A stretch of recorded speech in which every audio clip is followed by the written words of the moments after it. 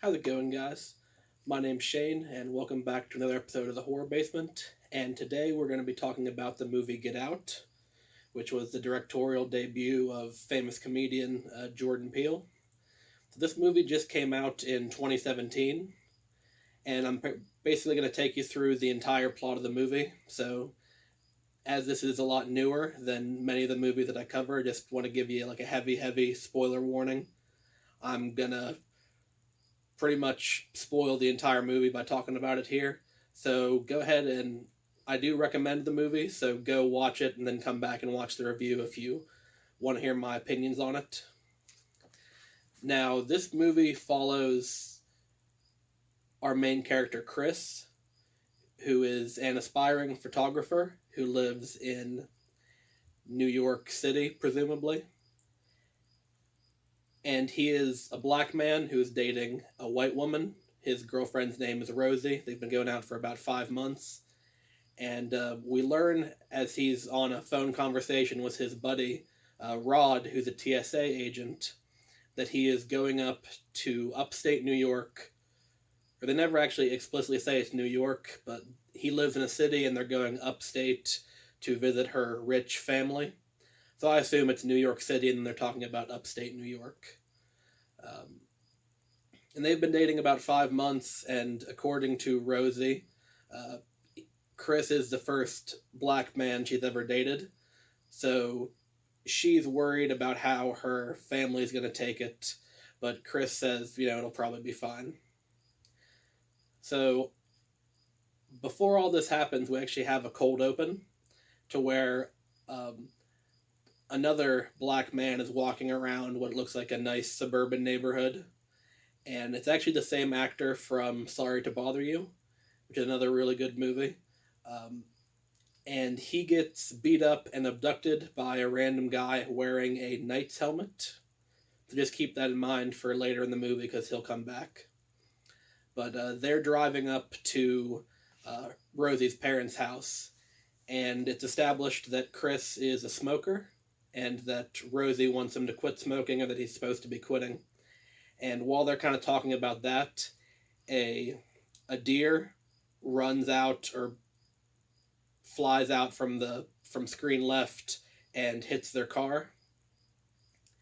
And this emotionally upsets Chris because we learn later that his mother was the victim of a hit and run accident, and he, being a young kid, didn't do anything to help look for her, and he blames himself for his mother's death.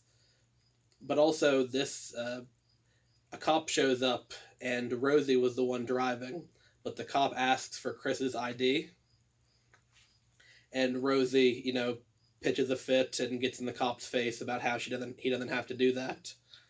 And so it's established that Rosie kind of has some white guilt issues to where she's going above and beyond to be offended on behalf of Chris and kind of stand up for him, which plays a part more and more as the movie goes on. Now, after this, they do make it to Rosie's parents' house, and we're introduced to her family. Her father's name is Dean, and he is a brain surgeon or a neurologist, both.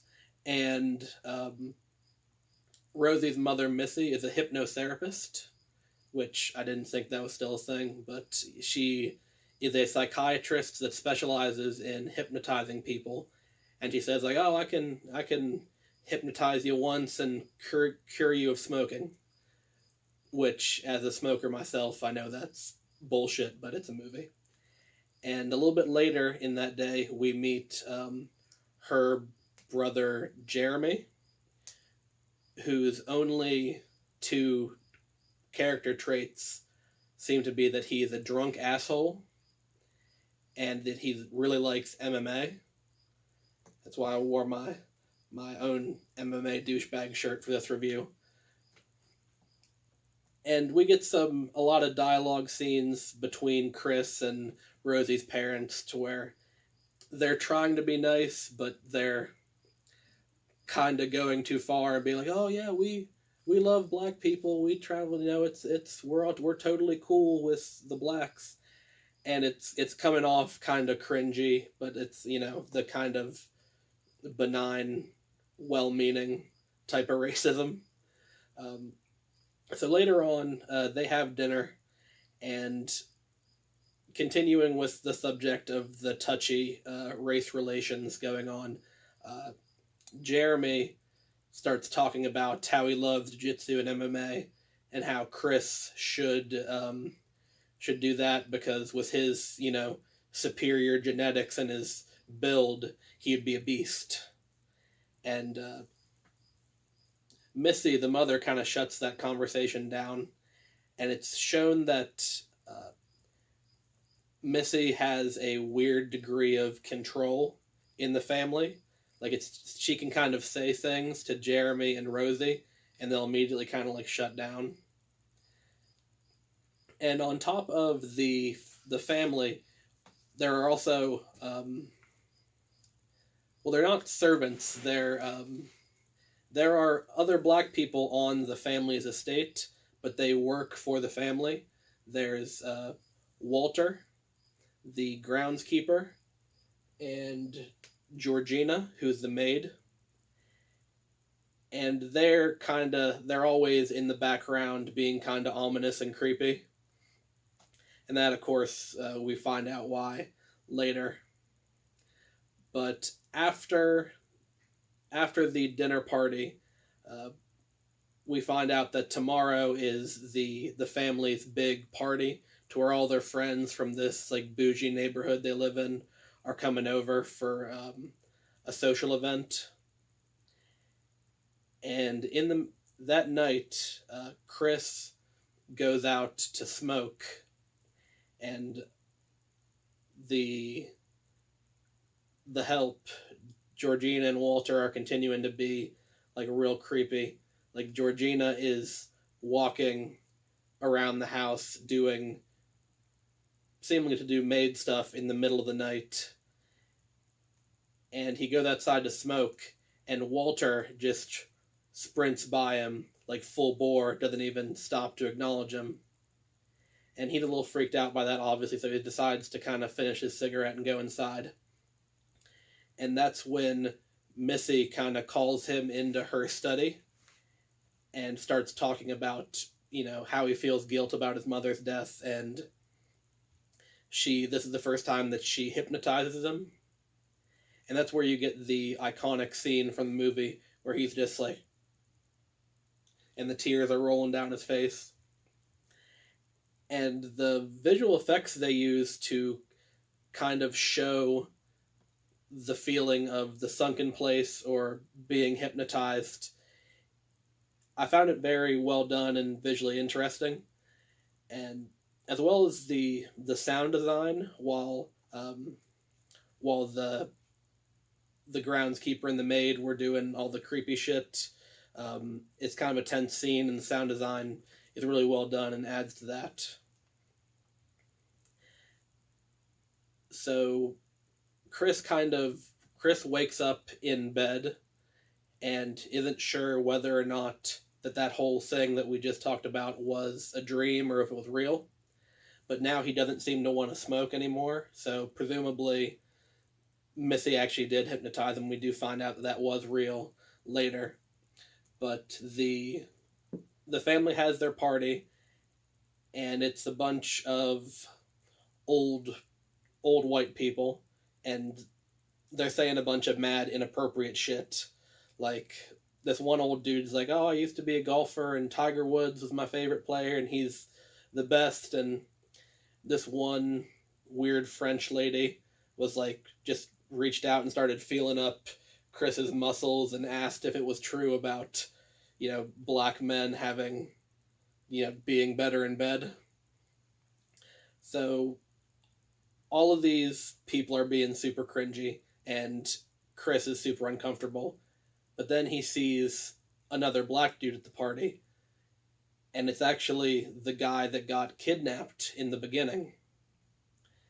And he says to Chris that his name is Logan, and that he's here with this old white woman that's like 30 years older than him. And the best way that I can explain it is that this dude is being weird and talking super white. Like, think if you ever watched the Chappelle Show, how David Chappelle does white characters like, "Well, how do you do, neighbor? Sure is a lovely day. I gotta go play some croquet." So this dude is dressed super square and talking like an old white dude. And it kind of freaks Chris out. And because of this, later in the party, he tries to videotape this dude, or video this guy on his phone while he's talking so he can send it to Rod and be like, "Look at this motherfucker." But it turns out he had it on camera, and instead of taking a video, it just flashes, and Logan freaks out, and his nose starts bleeding, and he grabs Chris and starts screaming, "Get out!" And then they have to rush Logan inside, and Missy has to take care of him, and he kind of regains himself and excuses himself from the party. So Chris obviously feels bad about upsetting Logan, or Missy claims that it was an epileptic seizure that caused him to freak out, and Chris is like, "No, that's very clearly not the case," but everyone kind of just nods along, because, spoiler alert, the whole party presumably is in on it. So Chris is kind of freaked out by everything that's going on, so him and Rosie leave the party and go down to like some river or lake and have their talk about how they're both ready to leave. They're both fed up with the family and all that. And while they're gone, the party guests start to play bingo, which is actually, they put up a big picture of Chris on the front stage area in the gazebo they have in their backyard, and everyone's sitting in chairs using bingo, the thing you stamp this thing on, as little things, the things you hold up in an auction. So they're basically doing a silent auction. It looks like they're auctioning off Chris. And this is the first overt. This is when you realize oh shit, there's something up afoot, and this whole community is in on it. But they get back, and seemingly the party's over and everything seems to be all right. They're packing up to get out of here, or to leave. But then Chris goes into the little crawl space, the tiny door that's now in every horror movie, and goes into this box that he finds there, and it's a bunch of pictures of Rosie, with a bunch of black men and women, where looks like they're hugging each other and kissing, and so it seems like there's this laundry list of black people that she's dated that Chris had no knowledge of. Oh, and sorry, before this happened, Rod kind of acts as the comic relief. We keep cutting away to him and what he's doing, and Chris sends Rod that video of Logan freaking out and attacking him after looking and talking like a white person and all that. And Rod's like, "Oh, that's Andre. He used to date so-and-so and lived in this neighborhood." And he looks into this and finds out that Andre, the guy from the beginning, has been missing for 3 months or whatever, and the rest of Rod's subplot is him trying to figure out what's going on and getting the cops involved, but it doesn't really go anywhere until he shows up at the very end of the movie. So anyway, Chris is obviously concerned about what he found, the evidence that Rosie's been lying to him or something the foot. And he wants to get the keys and get the fuck out of there and probably figure out whatever is going on with Rosie later. But it turns out that Rosie has been in on the chicanery the entire time, and the family attacks Chris and ties him up. And so they take him to the basement, and he's strapped into a chair, and they play him a video that explains the entire plot of what the family's up to, and it's by Rosie's grandfather, who we can assume, or that was stated previously in the movie, that he was deceased. Now he's doing this really cheesy, like promotional video almost for their cult or their program, whatever you want to call it. Behold the Coagula. And the long and short of it is that through Missy's hypnosis and Dean's brain surgery, they swap the brains of the rich old white people into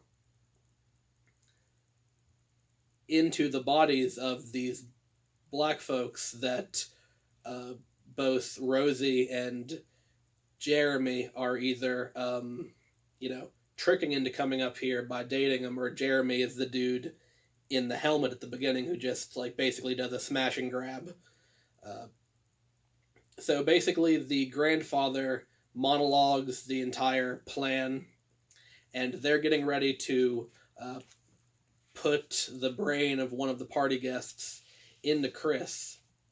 But Chris figures out a way to plug his ears with foam from the armrest of the chair, so that he can't be hypnotized by Missy. And he's able to, since he's not hypnotized but he fakes being hypnotized and goes out.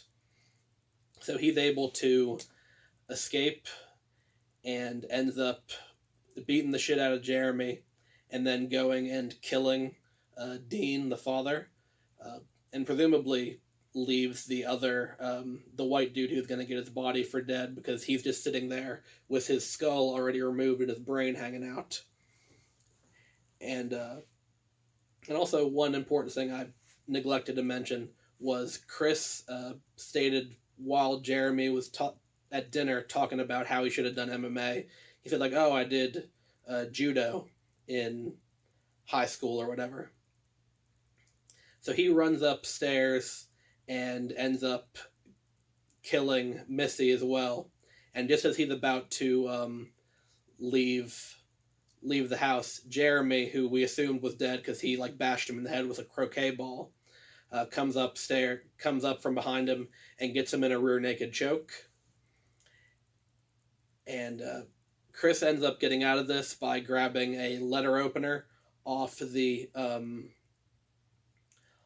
counter and stabbing Jeremy in the leg so that he can get free of the choke. Now, my one criticism that I'll admit is super nitpicky, but just because I'm also a martial arts nerd on top of being a horror movie nerd. Since we established in the first act that Chris had formerly done judo, this would have been cool. Instead of stabbing him in the leg to get out of the rear naked choke, if he could have reversed it and did a judo throw or something and incapacitate Jeremy that way, and then been yeah, judo, bitch, because Jeremy was talking all sorts of shit on that at dinner.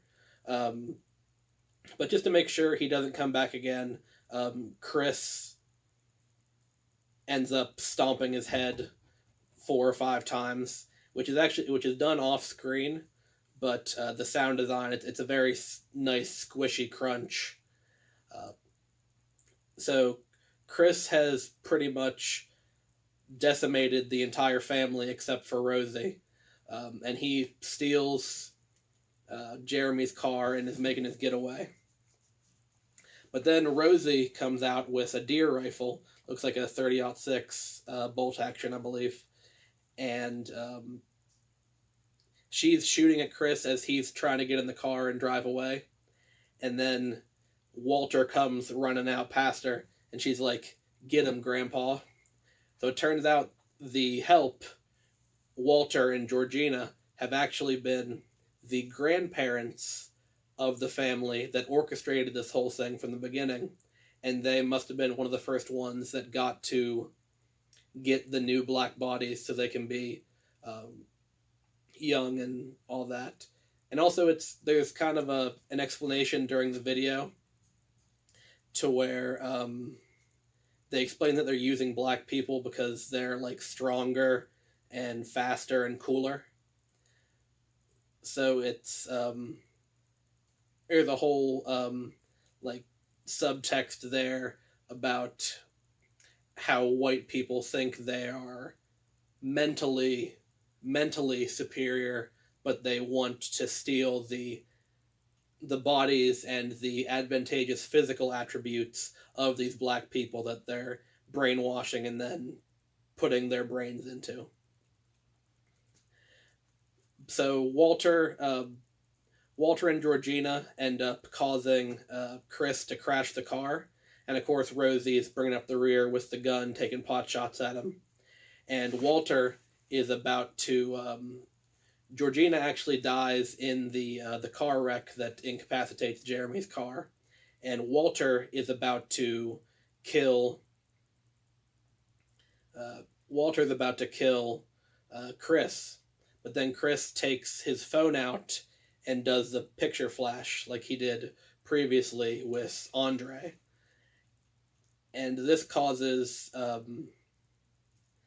whoever Walter used to be to kind of snap out of it.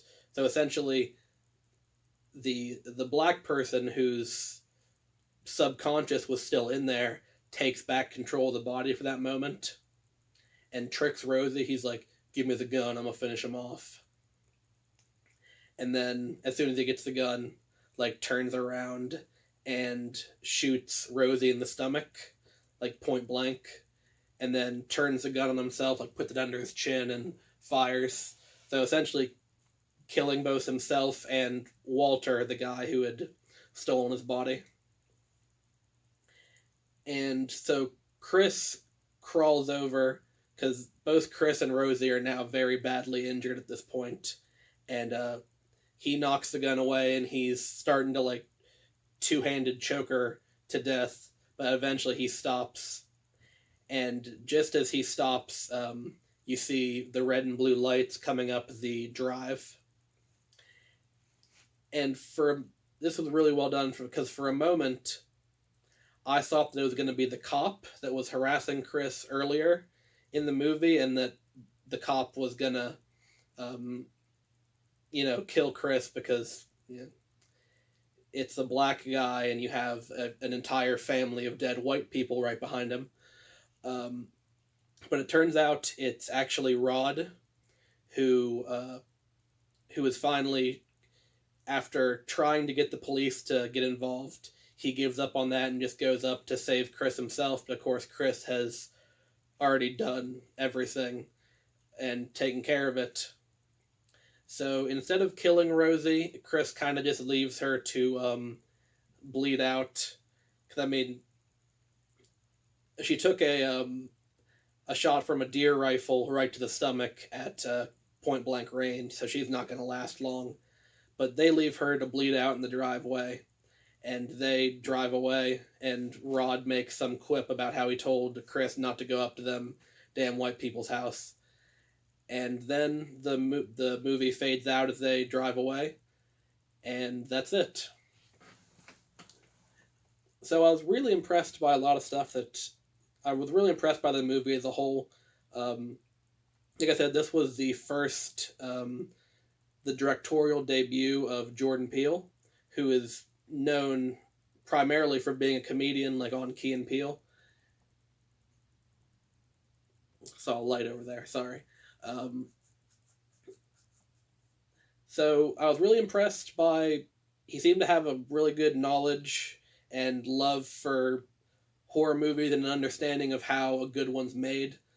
Like, this doesn't depend overly on jump scares. It's very, like, atmospheric and psychological. And then when the third act finally does roll around and the plot's revealed and Chris makes his escape, the action gets turned way up and it's very, exciting, and you definitely feel you feel very sympathetic for Chris, and you never feel like he's safe once the chase begins, because he's got Jeremy, who's a nutcase, and Walter, who is this big imposing guy, coming after him, and Rosie comes out with a gun. So overall, I would highly recommend this, and I look forward to. I'll probably sometime in the future review Jordan Peele's other movie, Us, which I've heard good things about as well. So that's about it for today. So I thank you guys for watching the video. If you liked it, give it a like, leave a comment, hit subscribe, and I'll see you all in the next one. Thank you.